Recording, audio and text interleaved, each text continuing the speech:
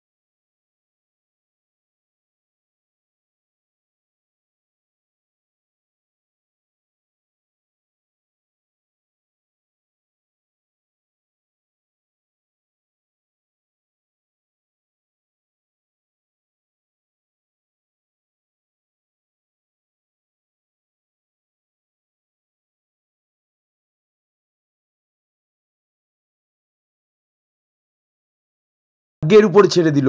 আর এই একটা বন্ধু কষ্ট করে জীবনটাকে পরিবর্তন করবে বলে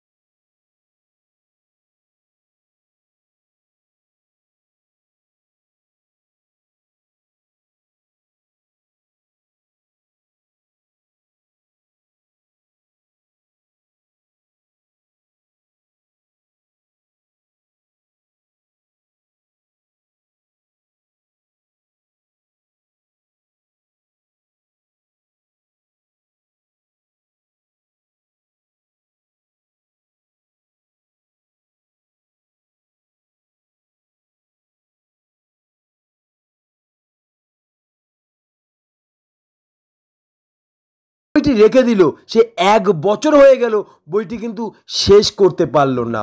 তা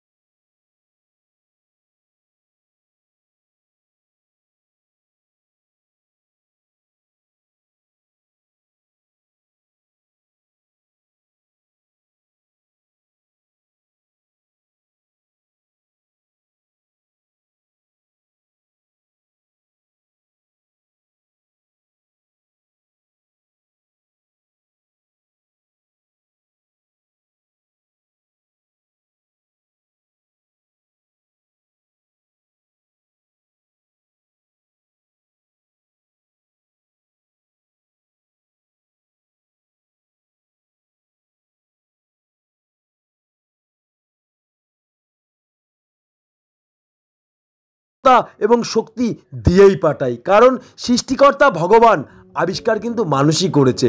তোর ভাগ্যের চাবি তোর কাছেই আছে, সেই ভাগ্যের তালাটা তুই খুলতে পারবি, ভগবান কোনোদিন খুলতে পারবে না। সেটা শোনার পরে সে মনে মনে ভাবলো যে আমার ভিতর কি এমন শক্তি আছে। তখন মনীষী বলে, তুই বাড়ি যা, বাড়ি গিয়ে তোর খারাপ পরিস্থিতির কথা ভাবতে ভাবতে তুই তোর শক্তিশালী দিকটা খুঁজে পাবি। তখন দুলাল বাড়ি চলে যায়। বাড়ি চলে গিয়ে তার কষ্টের কথা ভাবে এবং চোখ থেকে জল বেরিয়ে যায়। তখন সে ভাবতে তার শক্তিশালী দিকটা খুঁজে পায়।